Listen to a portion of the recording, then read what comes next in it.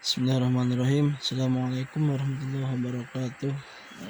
Di sini saya akan sedikit membahas ataupun melanjutkan materi tentang menentukan alat peraga dan sumber belajar. Nah, dalam menentukan alat peraga dan sumber belajar ada beberapa kriteria yang harus diperhatikan. Yang pertama adalah dalam menentukan alat peraga dan sumber belajar harus sesuai dengan tujuan yang ingin dicapai. Jadi alat ataupun media yang dipilih harus berdasarkan dengan tujuan instruksional yang telah ditetapkan secara umum, mengacu kepada salah satu atau gabungan dari dua atau tiga ranah kognitif, yaitu dalam ketiga ranah kognitif, afektif, dan psikomotorik. Jadi dalam menentukan alat peraga dan sumber belajar itu ya harus sesuai dengan tujuan yang tertera dalam aspek kognitif, aspek afektif, dan psikomotorik. Kedua, hal yang perlu diperhatikan yang kedua adalah tepat untuk mendukung isi pelajaran yang sifatnya fakta, konseptual, konsep, prinsip, atau generalisasi. Jadi agar dapat membantu proses pembelajaran secara efektif, maka media harus selaras dan sesuai dengan kebutuhan tugas pembelajaran dan kemampuan mental siswa. Ya, jadi harus sesuai lah gitu. Jangan sampai jauh dari apa yang direncanakan awal. Oke. Yang ketiga, praktis, luas, dan bertahan. Jadi kriteria ini menentukan para guru ataupun instruktur untuk memilih media yang ada. Nah, mudah diperoleh atau mudah dibuat. Nah, itu berarti praktis. Nah, jadi jangan sampai membuat banyak hal lain yang menjadi mengganggu. Nah, terus media yang dipilih sebaiknya dapat digunakan dimanapun ataupun kapanpun, jadi luas. Jangan sampai bisa digunakan tapi di dalam ruangan saja. Nah, itu berarti tidak luas. Nah, ya seharusnya dalam ruangan oke, luar ruangan bisa gitu. Jadi luas, bisa dikatakan fleksibel lah gitu. Dimanapun dia bisa digunakan. Lalu yang ketiga adalah bertahan lama. Jadi jangan sampai media tersebut hanya sekali pakai, tapi lebih baik bisa continue. Jadi digunakan kapan lagi gitu. Jangan sampai sekarang dipakai besok tidak bisa. Nah, tapi harus bisa berkelanjutan. Nah, lalu yang keempat adalah guru terampil menggunakannya. Nah, apapun media itu ataupun apapun alat atau yang digunakan, guru harus mampu menggunakannya dalam proses pembelajaran. Nilai dan manfaat alat tersebut dan manfaatnya sangat ditentukan oleh guru yang menggunakannya. Jadi sebagus apapun alat yang digunakan ataupun alat peraga yang digunakan, tapi kalau guru tidak mampu ataupun tidak menguasainya, ya tidak ada bisa dikatakan tidak sempurna, karena kan guru yang harusnya mampu menguasainya. Jadi di mana ada permasalahan ataupun ada hal yang anak kurang mengerti, guru bisa menjelaskannya. Nah, lalu pengelompokan startnya itu dilihat bagaimana keefektifan media tersebut digunakan dalam kelompok besar, kelompok kecil maupun perorangan. Nah, alat peraga yang digunakan tersebut harus kita kelompokkan sarannya, apakah kelompok besar ataupun kelompok kecil ataupun perorangan. Apakah itu untuk alat peraga per kelompok ataupun perorangan, itu harus diperhatikan. Lalu mutu teknis. Nah, pengembangan visual baik gambar maupun fotografi harus memenuhi persyaratan teknis tertentu. Nah, kalau contoh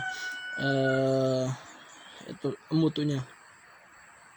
Nah, lalu Sekarang kita masuk ke poin C, yaitu terampil memilih alat peraga dan sumber belajar dalam pembelajaran fikih. Nah, dalam pemilihan alat peraga dan sumber belajar untuk pembelajaran fikih sebaiknya memperhatikan hal-hal. Ya, jadi tadi menentukan, sekarang untuk memilihnya, dalam memilih alat peraga ada beberapa hal yang perlu diperhatikan. Yang pertama, dalam pemilihan alat peraga, yaitu kesesuaian alat pengajaran yang dipilih dengan materi pengajaran atau jenis kegiatan yang akan dilakukan oleh peserta didik. Nah, jadi harus sesuai antara alat pengajaran ataupun alat peraga yang dipilih dengan materi gitu. Ya, seperti itu, harus sesuai. Contoh, kita membahas tentang sholat, maka sebagai pendidik, nah, sebelum hari dilakukannya kegiatan belajar mengajar, sudah memerintahkan anak untuk membawa alat sholat. Nah, jadi minimal untuk alat peraga, contoh mau sholat berarti alat yang sesuai dengan sholat, ya alat sholat minimal. Contoh, kalau untuk laki-laki kain sarung, untuk perempuan berarti mukena dan sajadah, minimal seperti itu kan. Nah, itu jadi sesuai antara alat yang digunakan dengan materinya gitu. Nah, yang kedua, kemudahan dalam memperoleh alat dan kemudahan dalam perancangannya. Nah, seperti tadi contoh di atas tentang membahas alat sholat. Nah, selain semua peserta didik mempunyai, guru juga dimudahkan dengan tidak perlu rencana yang sulit. Nah, jadi kan insya Allah kalau orang yang beragama Islam pasti semuanya punya sarung, punya mukena. Nah, jadi mudah untuk diadakan gitu. Jadi tidak perlu harus membeli terlebih dahulu ataupun hal-hal lain yang memang ya bisa membutuhkan waktu lama untuk mengadakan. Jadi tapi kan kalau sudah ada, ya tinggal kita gunakan, tinggal kita cari, tinggal kita pakai seperti itu. Nah, lalu kemudahan dalam penggunaannya gitu. Nah, dalam membawa alat sholat, maka tinggal belajar salah satu sholat wajib seperti sholat subuh 2 rakaat tuh kan. Nah, bukan bubur. Nah, dalam penggunaannya pun kan pasti dikatakan mudah, karena insya Allah setiap orang beragama Islam mungkin tiap hari sholat gitu, pasti sholat. Nah, gitu. Saya husnudzon, semua orang yang beragama Islam pasti tiap hari sholat gitu. Jadi ya pasti mudah untuk menggunakan alat peraga tersebut. Mana mungkin orang masih tidak mampu untuk menggunakan sarung gitu. Nah, lalu terjamin keamanan dalam penggunaannya. Sudah pasti. Kalau contoh untuk praktik sholat sudah jelas keamanan dan penggunaannya. Mana mungkin ada sarung yang terbuat dari seng gitu, ataupun ada mukena yang terbuat dari kawat berduri. Sudah jelas pasti dari kain. Makanya setiap orang pasti insya Allah terjamin mutu keamanannya gitu. Apalagi kalau Malik sendiri untuk zaman sekarang, zaman pandemi, kan ada wacana sekolah mau dibuka lagi ataupun mau masuk lagi Januari yang saya dengar. Nah, berarti mungkin sekitar untuk ya contoh seperti itu kan kita mulai aktif lagi, tidak akan mungkin contoh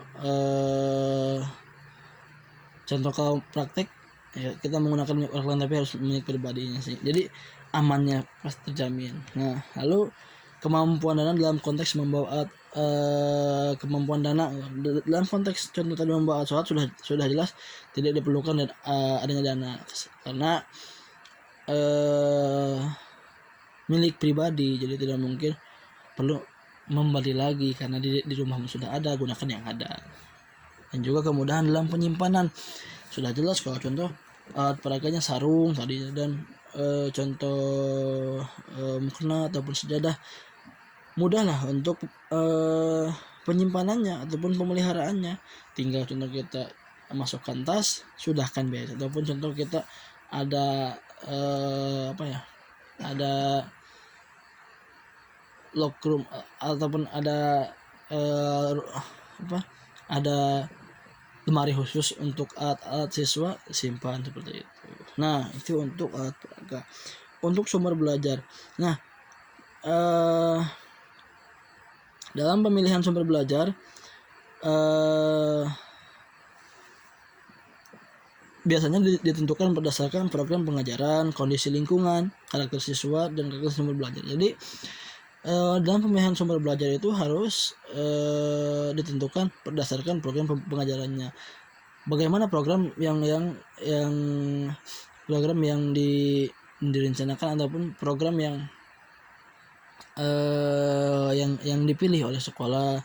Lalu kondisi lingkungan, sesuaikan juga dengan lingkungan gitu. Apakah lingkungan di daerah sekolah tersebut seperti apa dan harus disesuaikan dengan sumber belajar. Jangan sampai contoh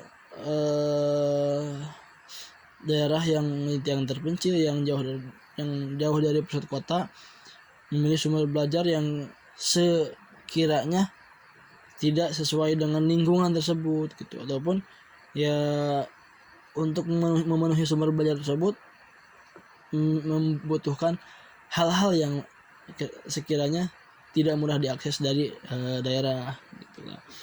Lalu karakter siswa sesuaikan juga dengan karakter siswa tersendiri yang ada di sekolah tersebut. Jangan sampai tidak sesuai ataupun bertolak belakang dengan karakter siswa, dan juga karakteristik sumber belajar tersebut juga perlu diperhatikan gitu. Nah, dari keempat hal tersebut harus menjadi patokan dalam memilih sumber belajar yang akan dimanfaatkan dalam proses pembelajaran. Nah, jadi tadi tentang program pengajaran, kondisi lingkungan, karakteristik siswa, dan karakteristik sumber belajar itu perlu diperhatikan dalam pemilihan sumber belajar yang akan dimanfaatkan dalam proses pembelajaran. Nah, mungkin cukup sekian dari saya, semoga ada manfaatnya.